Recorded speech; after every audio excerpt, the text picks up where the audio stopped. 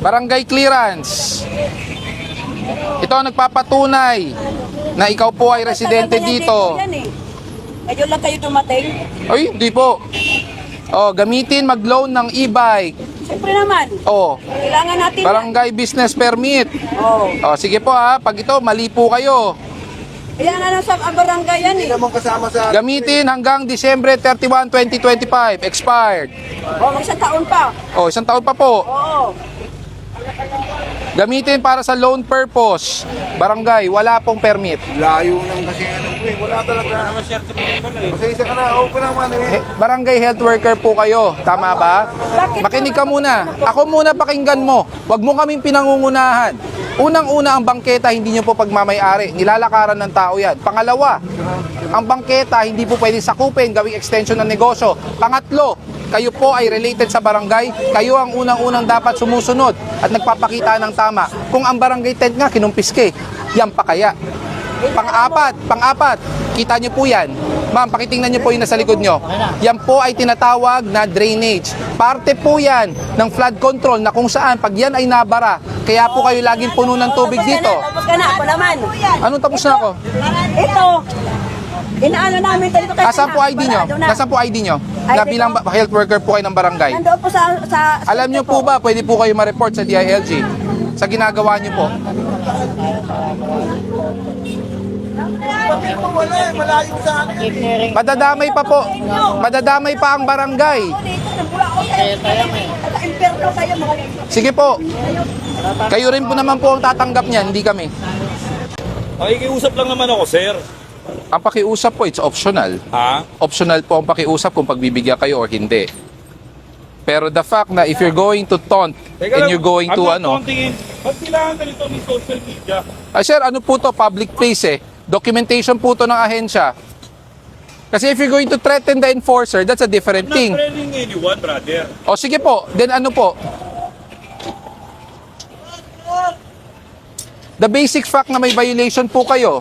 I did not say anything that I did not have. Okay, so where's your license? I did provide my license. Okay, so ano pong problema at anong concern? Lang naman ako na yung Ano isa po? na lang ikaso sa akin, ilagay sa ticket. Bago mo lagyan ng ticket, sir, pwede po bang papresent ang ORCR?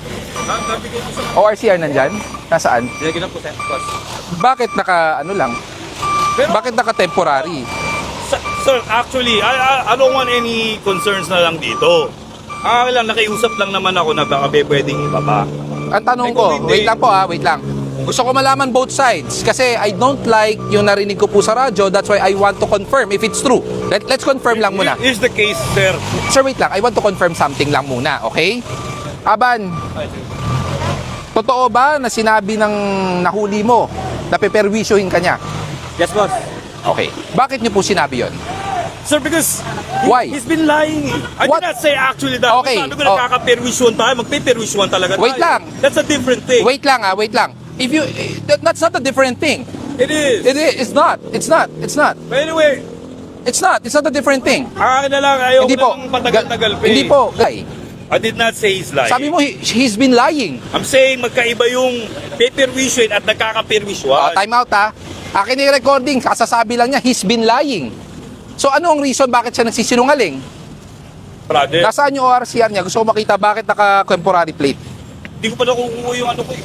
Doon ko po makikita po natin kung kailan pa po yan na issue ang plate number niyo po. Tabaan, brother. Kung hindi po kayo mapagbigyan, brother, ibig sabihin, hindi po pwede. Eh, sige, ganun na nga lang, sir. Nabigyan niya ako boss na ano eh. Na, Piperwish niya daw ako eh. narinig ko, sinabi rin naman niya ngayon, kung magkakaperwisyon lang tayo, magpeperwisyon na lang tayo. Yun ang sabi niyo, sir. It's a different way na... No, sir. If we want to comprehend it in the bilingual nature of an English, hindi po magkaibang concept yun. It's the same concept. Medyo magkaiba. No, Content. it's not. Medyo magkaiba. Sige nga po, sir. Kayo po mag-define sa akin. Kayo po mag-define sa akin. How do you define na magkaiba po? Parang nagkaka-perwisyuan. Exactly. Threatening you that pe-perwisyon ka. Magkaiba pa rin. Pag sinabihan kita, sir, nagkaka-perwisyon na rin naman tayo eh. Perwisyon lang din kita. Would you like it or not? Because yun na yung nangyayari. Ang tanong, Hindi- sir, Hindi... okay, ang tanong, pinerwisyo ka ng enforcer, may violation po kayo? Oh, alam ko naman na may violation. So bakit nyo sasabihin I'm not piniperwisyo saying wala kayo? namang violation. So why are you saying on the context na piniperwisyo kayo ng enforcer kung may mali naman po kayo, 'di ba? Kung wala kayong mali at hinuhuli kayo at kinokotongan kayo, perwisyo. Pero may mali po kayo, top to bottom. Walang helmet, dress code. I understand. Hindi ko So naman bakit? dinideny na walang So bakit? violation, Yun nga pare. po yung hindi ko gusto Nakikiusap eh. nga lang na So pag nakiusap at hindi kayo baka naman pinagbigyan, pwede naman mapagbigyan. Oo nga, Dahil nga, nakita naman niya yung address ko, andyan lang naman talaga ako. nonetheless, Yan yung kanto ko. nonetheless, Kaya, if this talagang- road belongs to you and it's private property, hindi namin kayo huhulihin. The fact na you have multiple violations at tama ang ginagawa ng enforcer, hindi kayo piniperwisyo. That's a very wrong concept. Piniperwisyo kayo ng enforcer dahil hinuli kayo sa pagkakamali nyo. 2024 pa may plaka to. Failure to attach to. O, di ba, boss? Wala pa ako nakukuha. Sir, kung di nyo pa nakukuha, Sir, kung ano, i-attach ko na talaga. nasaan po ang authorization nyo to use, excuse lang po, para makita natin. Saan po ang authorization nyo to use improvised plate? Kasi sir, ito po just for your yan, hindi ko just for your pwede. knowledge.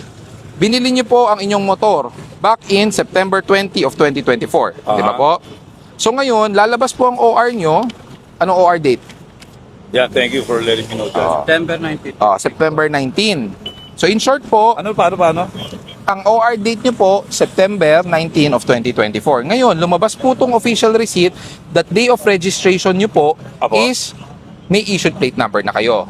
Ibig sabihin po niyan, nung back in 2024 pa lang po, meron na dapat plaka to. Remember, there was a memorandum circular na pag binili po ang motor, within 3 days or even sasakyan, meron na pong lisensya. Meron na pong plaka. Yun yung akin na... Sige sir, tuturo ko po sa That's just inyo. me telling you, brother, na I always go there Hindi. kasi nga I don't That pay. is a monthly amortization Oo. thing. Hindi. Ang plaka po kasi, kung wala sa dealer, it's your responsibility to get it from LTO. Tapos sir, ito, papakita ko sa Yun inyo. lang yung sinishare ko lang na Apo. point. This one is not authorized. Why? Pag meron kayong plate number, dapat nakalagay po yan. Then sa ilalim nakalagay, plate not available. Tapos nakalagay po ang MB file number nyo po. Hindi po ganon. So meron pong... Di man lang ako So ngayon, Sorry, di ako ini-educate din nung so ngayon, dapat balikan nyo ang dealer Talaga ako sa dealer. Oo. So gawin nyo, gawin nyo po ngayon, puntahan nyo si dealer Paano nyo nalaman doon para ma-educate ko rin yung one more run. sa OR po. Abala ko na sa iyo. Ang OR po kasi, based on the OR date and the time, kung kailan po nirehistro ang inyong motor, This is it. yes, this diba? is it. So dito po, pag wala pong plate number, ang nakalagay po dito, MB file lang. Ito lang po. So sa inyo, may issued plate number na kayo. Ibig sabihin po niyan, it's already available sa land transportation. Pwede po makiusap kasi ang ano lang po namin, paso po yung terminal po ng permit namin. So ibig sabihin nga, bawal. Paso, 2019 pa eh. Opo, sir, ba pwede makiusap? Galing presidential complaint hotline eh. Hindi natin pwedeng anuhin yan. Ba pwede makiusap kayo lang, sir? Saka 2019 pa, ilang taon na? 20, 21, 22, 23, 24, 25, 26, 7 years. Ba't hindi nyo inasikaso? Tawagan mo si Walang nag-asikaso. Baka hawak pa sa presidente na. Malabo yun, 2019. Hindi wala malaki pinakita kahit 2022. Hayaan mo lang po lang. Sir, Saka- pwede makiusap ngayon lang, sir. Saka orientation ng terminal nyo, nasa center island kayo ng split saka diversion ng tatlong kalsada. Technically, bawal talagang may obstruction dito. Pangalawa, hinarangan yung ng fire hydrant. Pinaligiran nyo yung hydrant. Sir, ito po yung parang... Ayun din. Hindi po pa radar. Sige, ano yan? Ano po yan, sir? Ano ba yung dating, nung... Exactly. Ginagamit po yan pag may sunog. Diyan po kinokonek ang pipe para makakuha ng tubig plus sa hydrant. So ginagamit po yan pag may emergency. Ang ibig sabihin po ng poste na yellow saka black, ibig sabihin bawal pong harangan. So bawal po talaga dito. Bawal talaga. Pabi ko, tingnan mo, narangan yung parang yung ng water yung water supply Paki-verify nga yung mga ORCR ng mga tricycle. Saka check nga kung may plaka lahat. Lahat puro walang plaka to Pa-verify nyo nga. Ay, okay siya. Very, May plaka ba? Wala pa Ba't lahat walang plaka to? Halika, para hindi magkagulo yung mga driver. Halikayo. Bakit sinasabi kong mali itong permit? Saan sa no parking, sir? Malito. Di ba? Bigay ko lang. Sir, senior. Wala pong exemption sa senior. Wala pong exemption. Dapat nga po kayo magpakitang mas magandang ginagawa. Po, meron kami dito kaya namin inaano naman. Meron kami ganito. Sir, mali po yan eh. Alam nyo bakit? Kaya, Ang pagbibigay po ng... Sir, teka lang po. Ang pagbibigay po ng authorization na magkaroon po ng terminal ay hindi po sa kapangyarihan ng barangay. Ito po ay Ay, paano po ito eh? by barangay captain. Opo, aprobado po ng barangay captain. Hindi nga po. Ang tamang proseso po niyan, kailangan inaaprobahan po yan ng konseho, ng city council na kung saan binibigyan po kayo ng lugar na saan po ang tamang permit at tamang terminal. Pangalawa, naka-indicate po dapat sa terminal permit kung sa kada paghihintay, ilan lang po ang limitasyon ng tricycle. Pangatlo po, hindi po pwedeng harangan ang tinatawag po nating junction split. Kasi nga po, 3 kalsada po yan. 1, 2, 3. So, 3 intersection po ang nahaharangan natin. Kailangan klaro po. Ansa Polaris. Kaya nga po, Ansa Polaris. kaya nga kailangan nyo i-check po to. Kaya siguro hindi kayo ni-renew kasi nga po may pagkakamali. Pang-apat po, tay. Kung bibigyan kayo ng permit ng terminal, dapat tanggalin natin yan. Ayan, no? Tow away zone, no parking. Ito eh, yung mga... Bago lang po to. mga Sa barangay, no parking both side ang Polaris. Ayan, no? Barangay po, ito sa barangay nagsabi. Barangay. Barangay. No parking ang Polaris both side. Padala mo tong permit yan na ang pinapakita nila. Nasaan yung plaka nito? Nasira na daw, sir. Authorization to use improvised plate. May authorization pa. Safe pa ba to? Opo sir. Safe pa yan? Safe pang gamitin? Opo sir. Pa naman sir. Tibay pa naman sir. Kuya, kalbo na po yan. Kalbo na yan. Napakatigas pa sir. Hindi pa sir mauubo. Napakatagal pa sir. Alam mo ba ang gulong, pag masyadong matigas, mas prone na mag-crack? Papapalta ko na lang. Hindi na po to roadworthy. Dahil tinan mo pudpud na. Talong natin sa LTO. Hindi sir, huwag na sir. Pa 7.6 nga na isang Papalta ko LTO. na lang, sir. O, tinan mo, alam mo eh. Pa 7.6 ako isang LTO sa akin. Papalta ko na lang sir. Papalta ko na lang po. Nasaan yung authority mo to use improvised plate? Hindi sir, ay nabili ko sila yung ganyan na po sir ang plaka kasi bulok na nga sir yung luma. Asan yung ORCR mo? Nakadyan sir ah. Sige nga, pati nga na ORCR. Yan ang walang problemang maghanap buhay, walang problemang mamasada. Pero dapat we comply with the safe standard, especially mga public utility vehicles. Tulad yan, sinasabi ni Kuya, safe pa daw yung goma niya dahil matigas. Ang pagkakamali niya, ang gomang mas matigas, mas prone na mag-crack kasi rubber should be soft compounded, hindi yung ganun. Pag matigas masyado, mas madaling pumutok, di ba?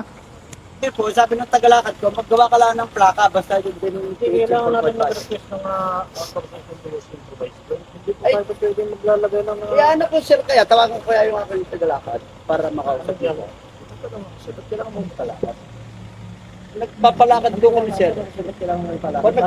Paano mo malalaman ng proseso niyan? Hindi sir, kasi sir, kaya po nawala ang plaka na yan sir. Tatanong ako sir, hindi mo ba kaya maglakad ng sarili?